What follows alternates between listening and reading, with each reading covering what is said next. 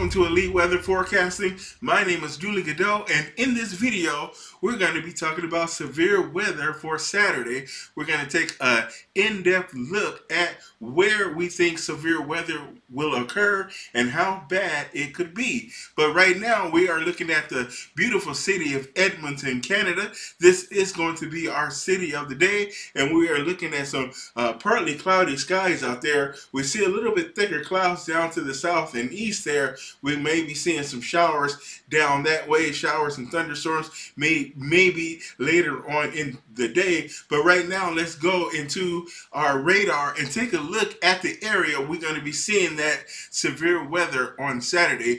I also have another video that discusses the severe weather threat that we're seeing for Thursday, today, and Friday, but the models have just come out for Saturday, so I've decided that I was going to make a video and discuss what we're going to be seeing out there for your Saturday. Now, this kind of material is made for the public, but it's specifically intended for folks who are storm chasers and weather enthusiasts who kind of want to know and need to know the fine details if you're going to be out there on the road chasing storms or looking for the storms. This is going to help you identify the best areas to look for or look in for that severe storms or that severe threat. So let's take a look at that live radar right now as what's going on across our potential severe weather area for Saturday.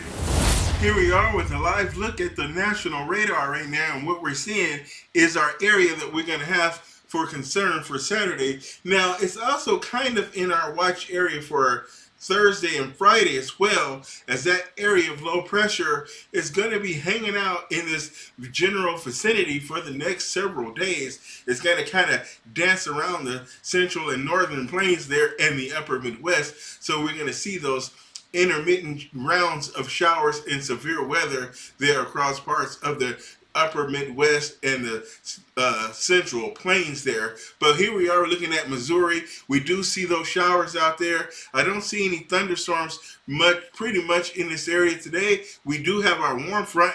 You can look at the moisture, at the precipitation, and kind of see what's going on. We see our warm front going out to the east here, from the east from the east to west here. We see our warm front spreading some showers along that warm front. We do have a trough of low pressure here through Missouri and into Arkansas, so we're seeing some showers there. Our occluded front is also right along this area too, so here we have our triple point that will be there for Saturday. So we're going to see that severe weather occur on Friday and Saturday in this general vicinity. This is going to move very slowly from the west to the east. So by the time we get to Saturday, we're going to see that severe weather in this general region here through Illinois, Missouri, Indiana. We're going to have parts of Kentucky, Tennessee, and Arkansas that's going to be in that severe weather threat. So let's jump into that analysis of that severe weather for Saturday. All right, so now we're going to really take a deep dive into that severe weather analysis for this event that's going to take place on Saturday. And a reminder, I do have a video for Thursday and Friday severe weather, so you might want to check that out. I'll put the link for that video in the description for this video, or it will come up in the end of the video suggestion, so you'll see the link for that video there. You can click on it to see what's going to take place for Friday. But here in this video, we're going to be talking about your Saturday and what's going on. So let's jump into our first map.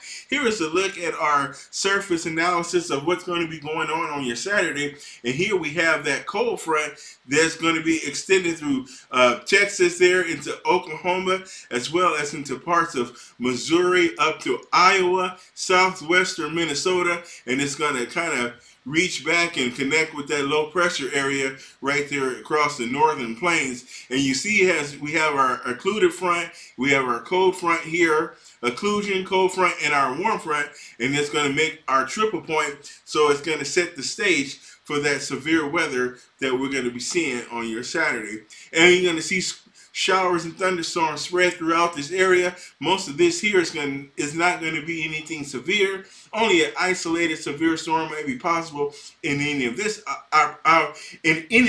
activity, because severe storm is always possible when you're dealing with thunderstorms. And then we'll see some more showers and storms here across the Pacific Northwest coming on shore. You might actually see some rumbles of thunder in that activity, but again, this area seldomly sees severe weather. So we're going to take a closer look at our storm system here. So here we are looking at a kind of a close-in view. I hope it's not too blurry there, so it might be kind of hard to see. I hope anybody viewing this don't have epilepsy because of the colors. It was hard for me just putting this together.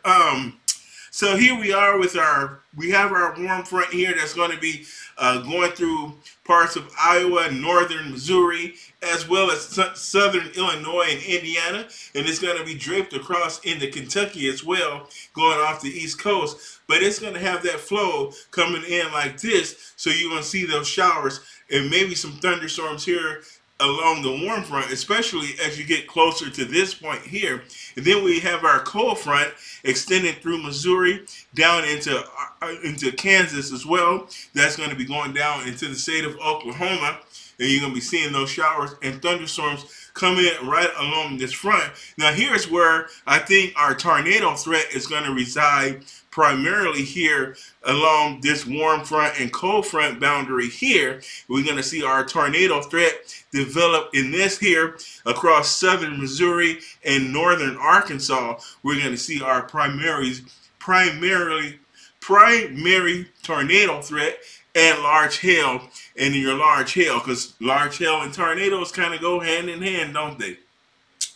And on the warm front, we're going to see a lot of, at least when this starts to initiate, we're going to see it initiate down here first in the afternoon, and we're going to see those supercells develop. So we're going to see our discrete supercells along the cold front. The warm front, we're going to see our QLS, our quasi-linear convective system, is going to develop right here. So we're going to have a QLCS along the warm front earlier in the day. So we're going to see those straight line winds, those damaging winds from our linear thunderstorms. Now these supercell thunderstorms, as the day progresses, when they initiate, they're going to be discrete supercells, but they will kind of evolve into a linear.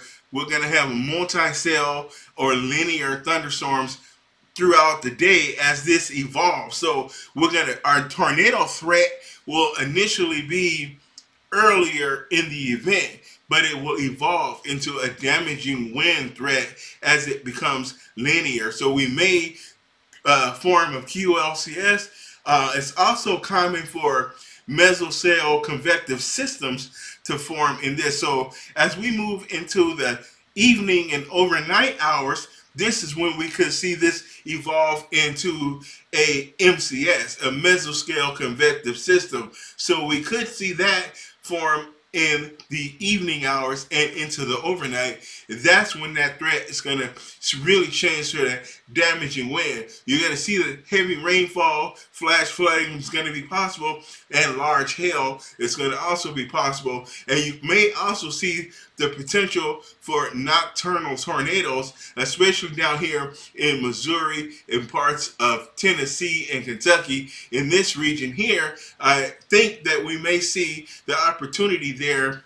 I don't know why I'm saying opportunity. It's not really an opportunity. If you don't get it, that's your opportunity. If you do get it, that's not positive at all. But you may see overnight tornadoes in this region here, in this point here in southeastern Missouri, northwestern Arkansas, Tennessee, and Kentucky. All right, so let's go on and take a look at what the National Weather Service has posted for our severe weather outlook for Saturday.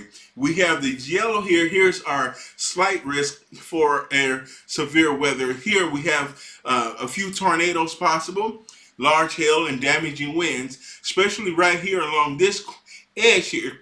It's where I think is where our cold front is going to be, and this is where I think our tornado threat is going to be initially. For the most part, the main threat for tornadoes is going to be here, and the northern areas here of this watch area is going to be our line of damaging wind and large hail. So you're going to see some discrete situations taking place in this overall system. It's going to start off initially as single cell, discrete supercells, but they will evolve into a linear thunderstorm where damaging wind is going to become the main threat as you move through the course of the day into the evening and overnight hours. As the system slowly moves to the east, then you'll get that damaging wind and heavy rainfall. So that is a look at what the National Weather Service has as far as what they posted for where our severe weather is going to occur. And we're going to see thunderstorms throughout the southeast and the Midwest and the upper Midwest on your Saturday, but most of this activity is going to be not severe, or we're not expecting severe weather in any of this activity. But again, I always stress that it's always possible to see that outside chance of a severe storm anytime you're dealing with thunderstorms. All right, here is our CAPE. We are looking at our surface-based CAPE for Saturday. Now we have pretty decent CAPE that's going to be going along here. We get a little bit of a dry slot going on here through parts of Tennessee and Missouri and Arkansas. Right in here, in this corner here, we got a bit of a dry slot, and it's that dry slot that's really going to create the support for your severe weather. So right in this region here, we got about 1,000 to 1,200 joule kilogram of CAPE energy here. Now CAPE is our convective available potential energy. That's what CAPE stands for. And this is how much juice and energy the atmosphere has to work with to the development of thunderstorms and severe weather. So with that good CAPE, we have decent CAPE, we have our trigger, because we do have that nice triple point going on right here where we have our area of low pressure, we have our shortwave low, we have our occluded front,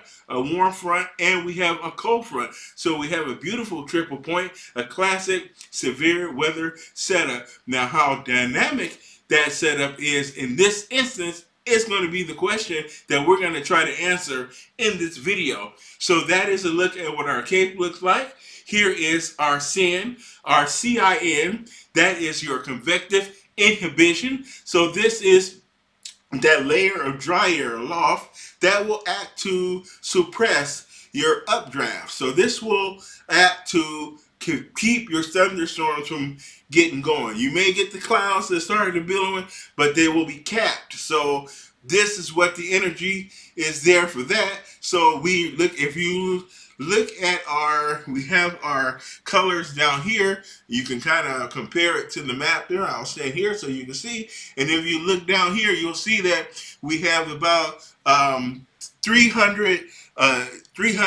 joules of CAPE that the atmosphere has to work with in our triple point region right here along the Missouri Valley. So we're looking at the Missouri Valley here. So we have it's going to be a decent amount of CAPE, but I think we have enough dynamics and lift in the atmosphere that we're going to get through that CAPE pretty easily in the late afternoon there. And if we have enough debris cloudy, because we have a lot of precipitation through this region already, and when you have those debris clouds and clouds already in place, that may limit your instability. It could limit the amount of heating that the surface receives, and it could also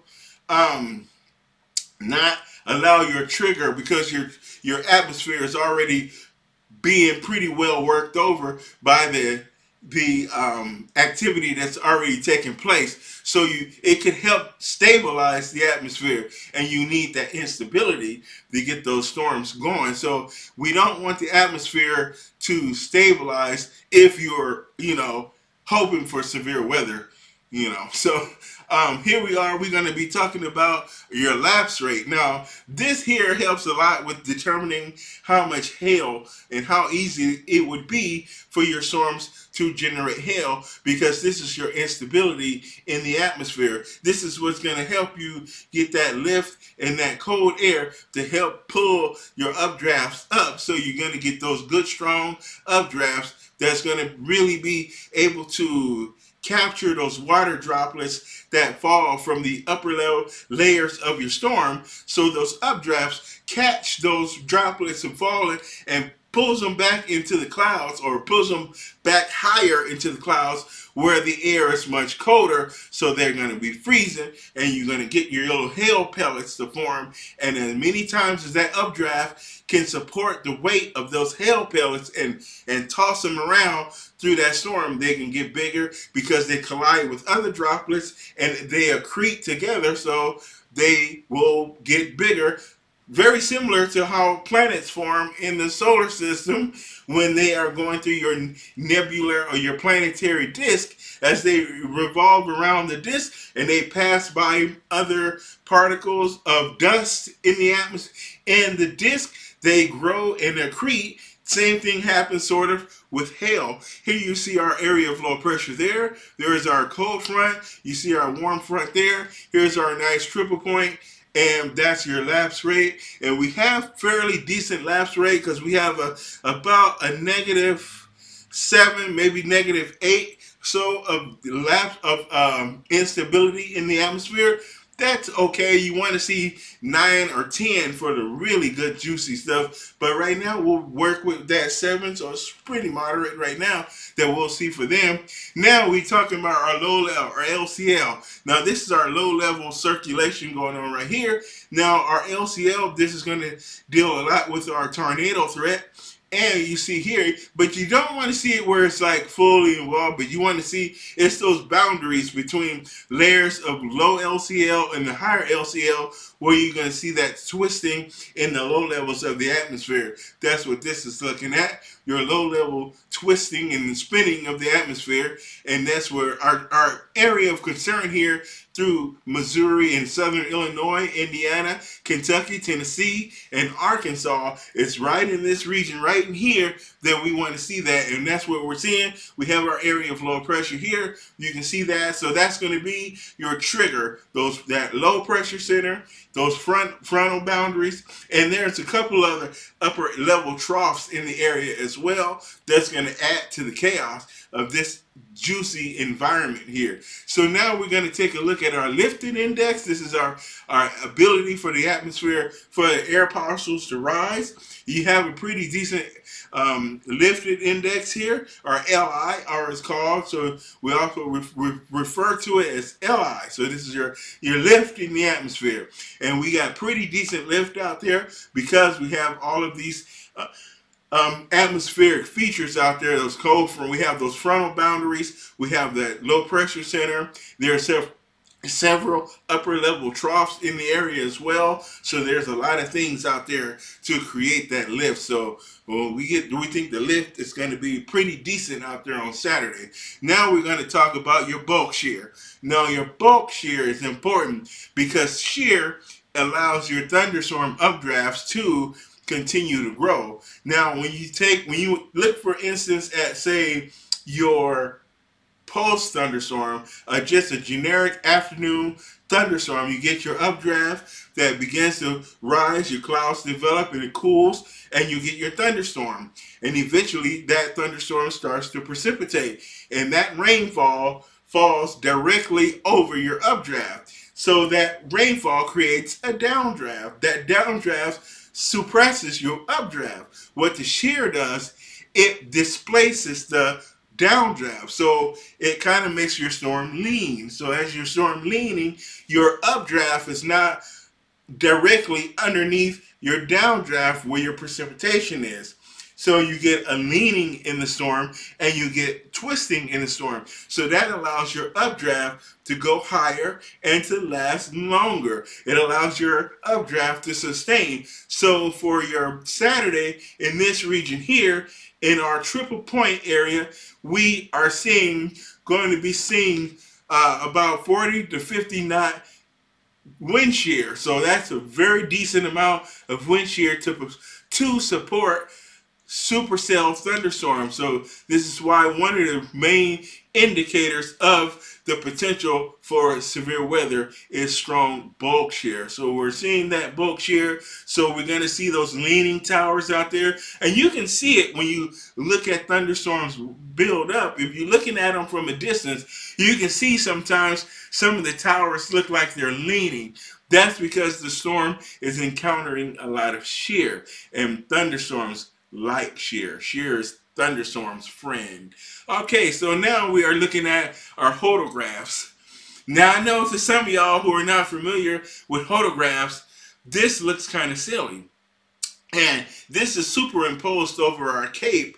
And what the photographs are, they are telling us what the balloons see. When the National Weather Service sends up the weather balloons take data of the atmosphere from the surface all the way up to the upper levels of the atmosphere, and it records what it detects or picks up as the balloon rises. And what we're seeing here, we're seeing very long photographs here through our region, through Missouri, Illinois, and Indiana, here through Kentucky, Tennessee, Arkansas. If you can see, I don't know, you can make out these curls in here. You see these curls? That's that twisting in the atmosphere from the surface to the upper layer. So it's changing with height. And these photographs is how we see that. This is based on the information that our weather balloons record. So now we're going to be talking about our severe weather setup. Now that we've looked at all of that information, let's take a look at what our setup will be. So we have really good lift out there, as indicated by the not the LCL, but the LI and the LI and the cape, and we have the some of those other parameters out there indicate that we're going to have really good lift because we have lots of triggers in the area, and there's a lot of cold air aloft because you have that area of low pressure. We have those several fronts in the area, as well as some upper level troughs, and those upper level troughs are upper level layers of cold air. So we have that in place. We have modest instability out there. And we're going to have moderate instability because there's going to be a lot of debris clouds left over from activity from the prior day or the night before. We're going to see a lot of debris clouds. So that will be the inhibiting factor in the development of our severe weather. A lot of times the severe weather needs a warm atmosphere. It needs the ground to destabilize by the heating of the surface and that warm air rising to the upper level. So we need that air to displace that cold air aloft. And we're going to have a lot of debris clouds from the night before or the day before that could limit some of that. So we're giving them instability moderate. It would be higher if it was going to be clear ahead of the initiation of our severe weather. One of the things I think will happen is that because we have that warm front, that cold front, an occlusion in there, and we have our area of our shortwave low pressure there, I think what's going to happen is the forcing. We have a lot of forcing, which is our lift in the atmosphere. We have a lot of forcing that's going to help to overpower the lack of instability in the atmosphere. We had clear skies and we had that good instability. You wouldn't have to rely so much on the forcing because your daytime heating will do the work of initiating those storms for you. Shear, I'm going to give the shear moderate. We do have a 40 to 50 knot wind shear there going on there, so we're going to give that a moderate. It's decent, but it's going to still be moderate for the most part. And the instability is going to kind of even limit some of the effects of the wind shear. Here's what our tornado threat is going to be. We're going to see a moderate tornado threat. Our hail is going to be high, and damaging wind is going to be high. I think that's going to be the primary threats with this severe weather event for Saturday in that part of the country. So moderate tornado threat, high for wind and hail. Our overall threat is going to be moderate with this event. And I'm going to give our severe threat. This is for Illinois, Indiana, Missouri, Arkansas, Kentucky, and Tennessee. I'm going to give it a 5 out of 12 on the Dooley scale. The Dooley scale of severe weather is going to be 5 out of 12. So it's going to be a bit elevated because we have all of those, a lot of dynamics going on with the system. There's plenty of moisture to work with, but our limiting factor is going to be the instability and the wind shear is going to be our limiting factor. Even though we have 40 knot wind shear and we have a decent low level jet going on, but there is going to be some things that's going to limit, that may make this a bust if the instability don't help us out on Saturday. So my name is Dooley Godot. Thanks for watching this video. Again, like I said, this is mainly meant a lot for the storm chasers who are going to be out there, or people just interested to weather in that degree that they want to know that level of detail of what's going to be going on out there. Before we finish up, I do want to say I've been doing this channel for maybe 2.5 months already. I'm new to YouTube and doing this. I am a meteorology student.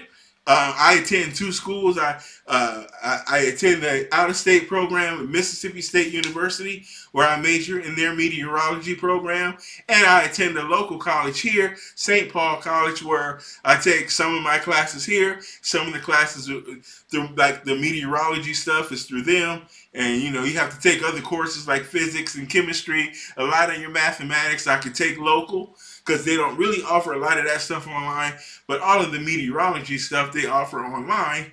But, so, I'm doing all that good stuff there. And I want to say thank you, because I'm doing this channel to kind of practice my skill set, practice conveying it to the public, practicing. It helps me learn what I'm learning in school.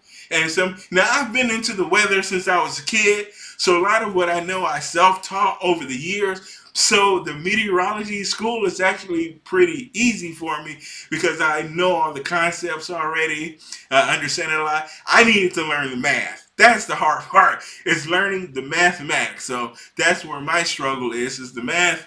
And this is part of the reason why I didn't do this till now, because I've always struggled with math through grade school and high school.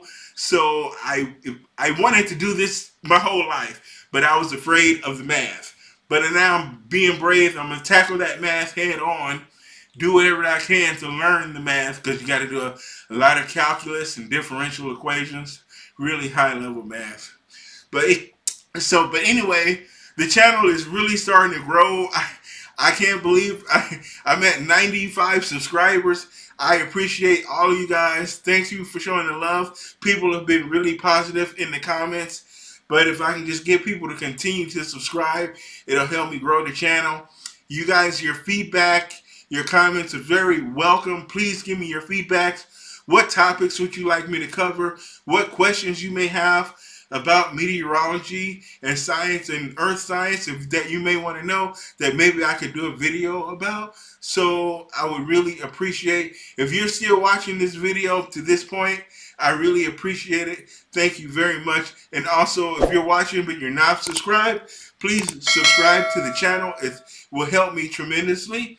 Leave your likes and your comments in the comment section. I'll try to respond to every person that leaves a comment, whether it's positive or negative. So thank you. Have a great day. I will see you in the next video.